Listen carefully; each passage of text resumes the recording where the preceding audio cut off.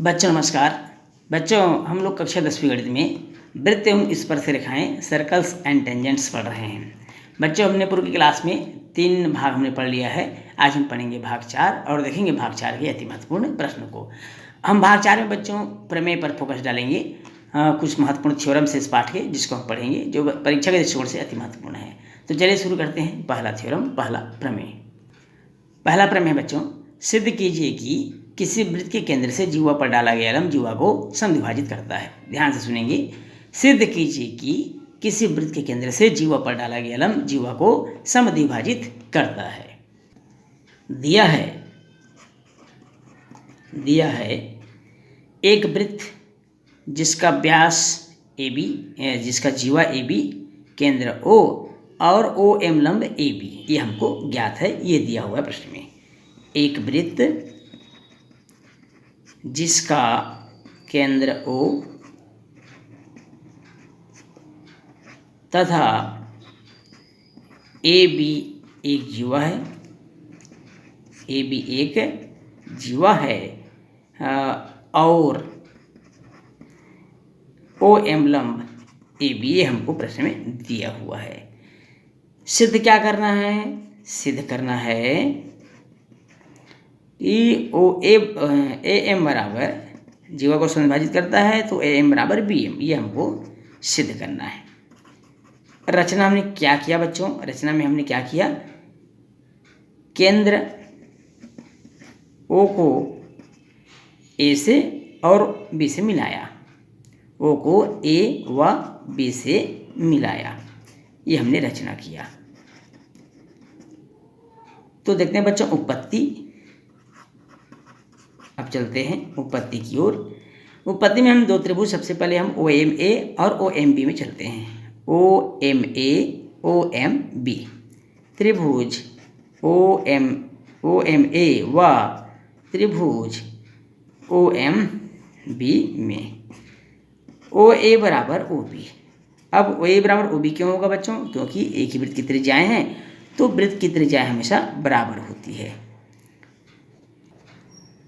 OM बराबर OM, इसे हम उभयनिष्ठ भुजा मान लेंगे। OM बराबर OM आप देख रहे होंगे, इस त्रिभुज के लिए भी एक भुजा हो गई और इस त्रिभुज की भी एक भुजा हो गई, तो ये हो गई उभयनिष्ठ भुजा। OM बराबर OM उभयनिष्ठ भुजा। कोण OMA और OMB बराबर होंगे। OMA और OMB बराबर होंगे। क्यों बराबर होंगे बच्चों? क्योंकि OM लंब है AB पर, इसलिए बराबर होगा। प्रत्येक कोण समकोण होंगे, अर्थात 90 अंश के होंगे।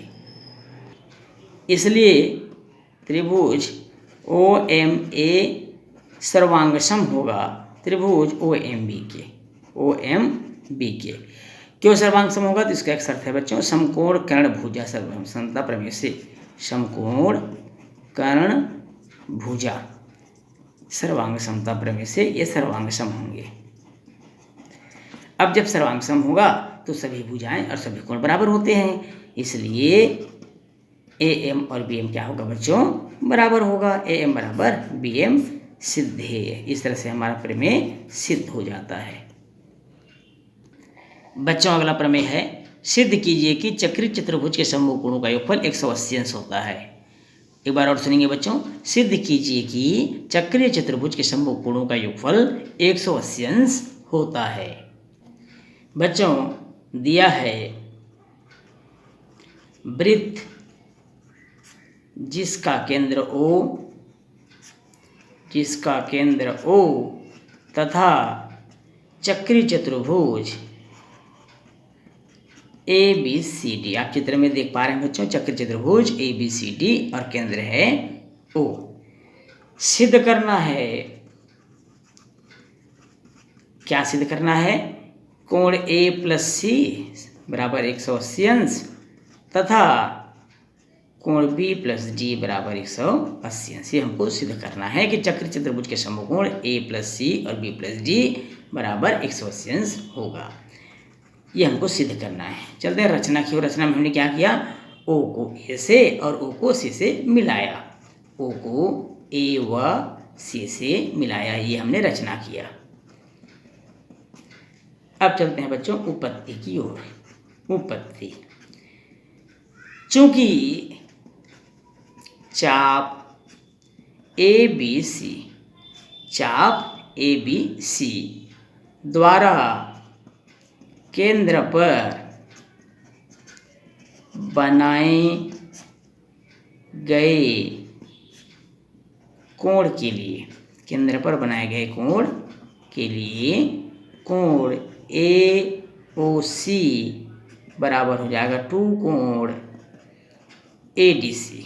हमेशा याद रखिएगा बच्चों, हम अगर ABC चाप को लेते हैं तो यहाँ चाप पर अंतरित कोण AOC आप देख पा रहे हैं, AOC ADC का हमेशा दुगना होगा। ADC का क्या होगा? दुगना होगा। ADC आप देख पा रहे हैं यहाँ पर, इसका ये दुगना होता है। इसे हम मान लेते हैं समीकरण नंबर 1। दूसरा चाप है बच्चों, चाप CDA, चाप CDA द्वारा केंद्र पर बनाए गए कोण, इसके लिए हम देखते हैं कोण के लिए। यहाँ हम देखेंगे बच्चों कोण COA बराबर 2 कोण ABC, इसका ये डबल होगा। कोण COA बराबर 2 कोण ABC, ये इसको हम मान लेते हैं इक्वेशन नंबर 2। अतः समीकरण पहले हम दूसरा को जोड़ देते हैं।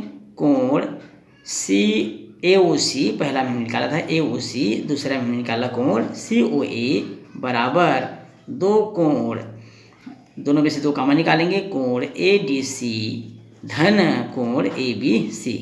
ये इस तरह से हमने इसको जोड़ लिया। अब यहाँ देखेंगे कोण AOC और COA, हम पुनः आकृति की ओर चलते हैं। कोण AOC और COA ये पूरा कोण होता है 360 अंश का। कितने अंश का होगा बच्चों? 360 अंश का। 360 अंश बराबर हो जाएगा 2 कोण D प्लस कोण B। अब इसको 2 से भाग कर देंगे, 360/2 हो जाएगा बराबर कोण B प्लस D। इस प्रकार से हम इसको लिख सकते हैं। भाग कर देंगे तो ये हमको प्राप्त हो जाएगा 180 अंश बराबर कोण B प्लस कोण D। ये होगी हमारे इक्वेशन नंबर 3। परंतु हम ये भी जानते हैं कि चतुर्भुज ABCD में चारों कोणों का योग अर्थात कोण A plus B plus C plus D बराबर 360 अंश होता है। अभी आपने B प्लस D का मान ज्ञात किया है बच्चों। कितना ज्ञात किया है? 180 अंश। तो इस B प्लस D की जगह हो जाएगा 180 अंश। तो बचा क्या? कोण A और कोण C बचा। इसकी जगह हम 180 अंश रख देंगे बराबर 360 अंश। अब 180 को पक्षांतर कर देंगे बच्चों। कोण A प्लस कोण C बराबर 360 ऋण 180। अब 360 में 180 घटा दीजिए तो हमको मिलेगा 180 अंश। ये हो जाएगा समीकरण नंबर 4। अब समीकरण तीसरा और चौथा से हम देखते हैं। समीकरण 3 व 4 से, 3 व 4 से हम देखेंगे कि दोनों दूसरा पक्ष बराबर है 180 अंश 180 अंश। तो पहले पक्ष की तुलना करने पर अर्थात कोण A प्लस C बराबर हो जाएगा कोण B प्लस D बराबर कितना है बच्चों? 180 अंश। दोनों कोण बराबर है, 180 अंश है। और ये हमको सिद्ध करना था कि चक्र चतुर्भुज में सम्मुख कोणों का योग 180 अंश होता है। इस तरह हमारा प्रमेय सिद्ध हो जाता है। अगला प्रमेय है, यदि PAB वृत्त की एक छेदक रेखा हो जो वृत्त को A और B पर प्रतिच्छेद करती है तो PT एक स्पर्श रेखाखंड हो तो सिद्ध कीजिए कि PA डॉट PB बराबर PT स्क्वायर। एक बार और सुन लेंगे बच्चों, यदि PAB वृत्त की छेदक रेखा हो जो वृत्त को A और B पर प्रतिच्छेद करती है और PT एक स्पर्श रेखाखंड हो तो सिद्ध कीजिए कि PA डॉट PB बराबर PT स्क्वायर। बच्चों दिया है PAB वृत्त की छेदक रेखा है। कैसी रेखा है बच्चों? छेदक रेखा है जो A व B पर वृत्त को प्रतिच्छेद करती है। क्या कर रही है? प्रतिच्छेद करती है। तथा PT एक स्पर्श रेखाखंड है। स्पर्श रेखा खंड है। आप देख पा रहे हैं बच्चों, आकृति में ए और बी से प्रतिच्छेद कर रही है रेखा पी ए पी बी बराबर हमको पी टी स्क्वायर सिद्ध करना है। क्या करना है? सिद्ध करना है P A dot P B बराबर पी टी स्क्वायर। रचना हमने क्या किया बच्चों? यहाँ पर हमने रचना किया है आकृति में ओ एल लंब डाला है हमने ए बी पर। आप देख पा रहे हैं ओ एल लंब ए बी हमने खींचा है। ओ एल लंब हमने ए बी खींचा तथा ओ पी देख पा रहे हैं आप, ओ पी ओ टी व ओ ए इसको हम मिला देते हैं बच्चों इस प्रकार से। ओ ए को मिलाया, ये हमने रचना किया। उपपत्ति, अब हम चलते हैं उपपत्ति की ओर। उपपत्ति में हम LHS को लेंगे बच्चों। LHS क्या था हमारा? P A dot P B, ये हमारा LHS था। हम इसे लेकर चलेंगे। अब पी ए का मान हम कैसे ज्ञात करेंगे? आकृति में आप देख पा रहे हैं पी ए का मान ज्ञात करने के लिए हमको पी एल, ये देख रहे हैं बच्चों, पी एल में ए एल को घटाना पड़ेगा। पी एल में ए एल को घटा दें तो हम पी ए का मान ज्ञात कर सकते हैं। तो हम इसे लिखेंगे P L minus A L, ये इस तरह से हम लिख लेंगे। पी बी का मान हमको ज्ञात करना है, तब क्या करेंगे हम? पी एल में अगर हम बी एल को जोड़ दें या एल बी को जोड़ दें, पी एल में यदि हम बी एल को जोड़ दें बच्चों तो हम पी बी का मान ज्ञात कर सकते हैं। इस तरह से हम इसे लिख सकते हैं। अब चूँकि हमको ये भी ज्ञात है कि ओ एल लंब है ए बी पर, ये हमने खींचा था, ओ एल लंब ए बी खींचा था, तो निश्चित रूप से ए एल और बी एल क्या होगा बच्चों? बराबर होगा। जब ए एल बी एल बराबर होगा तो हम इसको कैसे लिख सकेंगे? P L minus A L गुणित P L plus A L, क्योंकि बी एल अब ए एल हो चुका है। A P L minus A L और P L plus A L दोनों का हम गुणा कर देंगे तो हमको प्राप्त हो जाएगा P L square minus A L square. P L square minus, अब ए एल स्क्वायर का मान हो जाएगा पाइथागोरस प्रमेय से O A square minus O L square. ये पाइथागोरस प्रमेय हम कहाँ पर लगाएंगे? त्रिभुज ओ एल ए में पाइथागोरस प्रमेय से, पाइथागोरस प्रमेय से। हम आकृति की ओर चलते हैं। ओ एल ए, ये जो त्रिभुज दिख रहा है बच्चों, इस ओ एल ए में हम पाइथागोरस प्रमेय लगाएंगे तो कर्ण है यहाँ पर ओ ए का स्क्वायर हो जाएगा बराबर लंब ओ एल का स्क्वायर और आधार हो जाएगा ए एल का स्क्वायर। एक बार और सुनेंगे, समकोण त्रिभुज है ओ एल ए या त्रिभुज ओ ए एल में हम देखेंगे पाइथागोरस प्रमेय, तो पाइथागोरस प्रमेय में हो जाएगा कर्ण का वर्ग अर्थात ओ ए का वर्ग बराबर लंब का वर्ग ओ एल का वर्ग धन आधार का वर्ग ए एल का वर्ग। पी एल का वर्ग माइनस माइनस से गुणा कर देंगे, ओ ए का वर्ग माइनस माइनस हो जाएगा प्लस ओ एल का वर्ग। अब ये प्लस वाले को हम अलग कर लेते हैं, पी एल का वर्ग प्लस ओ एल का वर्ग, बचा क्या बच्चों? माइनस ओ ए का वर्ग। अब यहाँ देखेंगे कि ओ पी का वर्ग प्लस ओ एल का वर्ग भी एक त्रिभुज है ओ पी एल, यहाँ पर हम पाइथागोरस प्रमेय लगा देंगे। त्रिभुज ओ पी एल में पाइथागोरस प्रमेय से, अब देखते हैं त्रिभुज ओ पी एल, त्रिभुज ओ पी एल। अब ये भी एक समकोण त्रिभुज है बच्चों, आप ध्यान से देख पा रहे हैं आकृति में ओ पी एल एक समकोण त्रिभुज है। सिर्फ समकोण त्रिभुज में ओ पी आपका कर्ण है, पी एल आपका आधार है और ओ एल आपका लंब है। अर्थात यहाँ पर हो जाएगा बच्चों ओ पी का वर्ग हो जाएगा। क्या हो जाएगा? ओ पी का वर्ग। ओ पी का वर्ग बराबर ओ पी एल का वर्ग प्लस ओ एल का वर्ग हो जाएगा, माइनस बच गया आपका ओ ए का वर्ग। अब यहाँ देख, आपको मालूम है बच्चों, चूंकि ओ ए बराबर ओ टी, क्यों? क्योंकि ये वृत्त की त्रिज्याएँ हैं और एक ही वृत्त की त्रिज्याएँ हमेशा समान होती है। तो अब इसको हम कैसे लिख सकते हैं? जहाँ पर ओ ए है वहाँ हम लिख सकते हैं ओ टी स्क्वायर। क्या लिख सकते हैं भाई? O P square minus O T square हो जाएगा। अब हम चलते हैं त्रिभुज ओ टी पी में पाइथागोरस प्रमेय से। अब यहाँ पर भी देखते हैं बच्चों पाइथागोरस प्रमेय लग रहा है। आकृति में पुनः चलते हैं।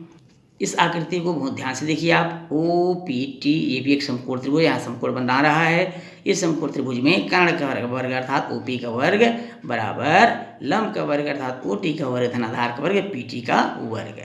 अब हमको वहाँ पर मालूम था ओपी का वर्ग माइनस ओटी का वर्ग अर्थात पक्षांतर कर दिया हुआ है। ओपी का वर्ग माइनस ओटी वर्ग इसके बराबर हो जाएगा पीटी का वर्ग। अर्थात हमने देखा कि P A dot P B बराबर हमको क्या प्राप्त हुआ बच्चों, पी टी स्क्वायर प्राप्त हुआ। और हमको यही क्या करना था, सिद्ध करना था। तो इस तरह से हमारा प्रमेय क्या हो जाता है, सिद्धेय हो जाता है, हल हो जाता है।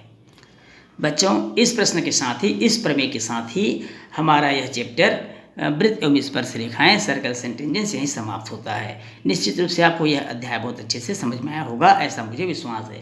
बच्चों वीडियो अगर पसंद आए तो वीडियो को लाइक और शेयर जरूर करिएगा, और यदि चैनल में आप नए हैं तो चैनल को सब्सक्राइब करिएगा। बच्चों चैनल को सब्सक्राइब करना बिल्कुल नहीं भूलिएगा।